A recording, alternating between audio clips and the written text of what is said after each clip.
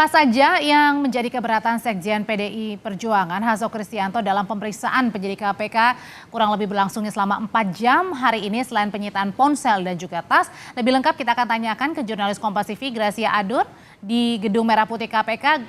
Gracia, sebenarnya apa saja keterangan yang dibutuhkan oleh penyidik KPK sehingga harus ini menyita ponsel dan tas Sekjen PDIP Hasto Kristianto melalui ajudan Hasto? Kalau berkaitan soal itu, Audrey dan juga saudara, belum ada informasi lebih lanjut ataupun penjelasan dari tim penyidik KPK mengapa handphone dan juga tas dari Sekjen PDI Perjuangan Hasto Kristianto ini harus disita oleh tim penyidik saudara. Nah, sampai pada sore hari ini pun masih belum ada kejelasan yang disampaikan oleh tim penyidik KPK terkait soal itu, saudara. Nah, tetapi selama 4 jam Hasto Kristianto berada di ruang penyidik ini hanya melakukan pertemuan tatap muka dengan tim penyidik di ruang penyidik KPK ini hanya 1,5 jam.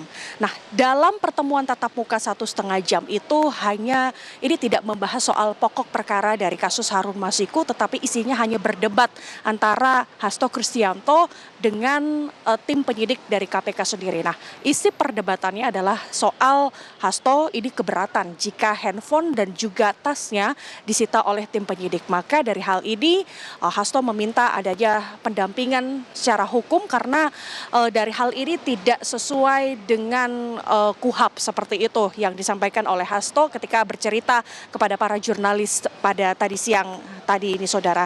Nah, sehingga tadi dari hal ini Hasto meminta bahwa setiap pemeriksaan ini perlu ada pendampingan secara hukum, maka tadi pemeriksaan ini sempat ditunda meskipun Hasto ini sudah memenuhi panggilannya dan nanti selanjutnya Hasto akan tetap memenuhi panggilannya jika nanti KPK ini sudah menjadwalkan pemeriksaan selanjutnya terhadap Sekjen PDI Perjuangan Hasto Kristianto. Nah, berkaitan soal hal ini, Audrey dan juga saudara, dari tim kuasa hukum Hasto ini juga sudah menanggapi soal perdebatan antara Hasto dengan tim penyidik soal penyitaan handphone dan tas ini. Ia menanggapi bahwa ini sebetulnya di luar dari prosedur sehingga tim kuasa hukum ini meminta pertanggungjawaban secara hukum terhadap KPK seperti itu, Audrey.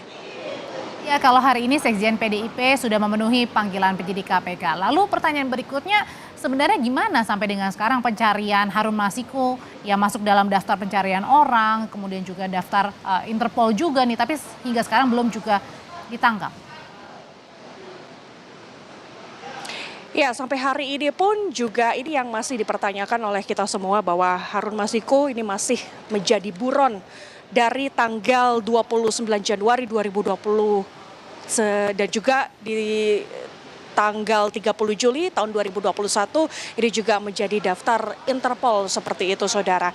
Nah, dari kasus ini ini yang menjadi pertanyaan mengapa Hasto Kristianto ini kemudian dipanggil oleh KPK karena ada dugaan keterlibatan Hasto dalam menyembunyikan Harun Masiku. Tetapi untuk berkaitan soal ini KPK masih belum menjelaskan lebih lanjut soal apa temuan dari tim penyidik KPK dalam pemeriksaan hari ini, saudara.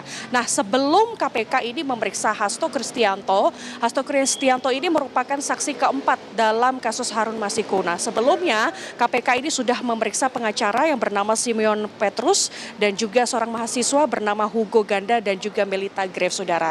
Nah, konstruksi perkara kasus ini kemudian menjadi panjang dan juga ini yang kemudian menjadi hal yang perlu dinanti-nantikan oleh masyarakat adalah soal kasus Harun Masiku yang ini masih menjadi buron, bahwa konstruksinya adalah pada saat itu caleg PDI Perjuangan pemenang Dapil Sumatera Selatan yang bernama Nazarudin Kemas ini meninggal di tahun 2019. Nah, pada saat itu, saudara, ini KPU memutuskan Rizky Aprilia ini sebagai pengganti dari Nazarudin Kemas yang sudah meninggal di tahun 2019. Nah, Rizky Aprilia ini merupakan caleg PDIP pemenang kedua yang menggantikan Nazarudin. Nah, tetapi saudara, dari hasil rapat pleno PDIP ini menginginkan Harun Masiku untuk menggantikan posisi Nazarudin Kemas yang sudah meninggal tahun 2009 lalu. Nah, dari hal ini terjadilah proses suap menyuap antara yang ini kemudian melibatkan komisioner KPU yang bernama Wahyu Setiawan. Diduga ini suap yang diterima oleh komisioner KPU adalah senilai 57.000 dolar Singapura atau sekitar 600 miliar rupiah, saudara. Dan diduga ini tujuannya adalah untuk mengubah keputusan KPU dengan melakukan mekanisme pergantian antar waktu sehingga posisi Nasaruddin Kemas ini bisa digantikan oleh Harun Masiku seperti itu. Nah, Hasto Kristianto yang merupakan Sekjen PDIP ini namanya selalu disebut-sebut dalam persidangan di tahun 2020, yaitu Hasto memerintahkan kuasa hukum untuk mengajukan surat pergantian antar waktu ke KPU. Seperti itu, Audrey. Harun Masiku sampai dengan sekarang masih belum ditemukan dan ditangkap oleh tim penyidik KPK. Tapi yang jelas hari ini Sekjen PDI Perjuangan Hasto Kristianto diperiksa sebagai saksi untuk tersangka Harun Masiku. Terima kasih laporannya, jurnalis Kompas TV Gracia Adur.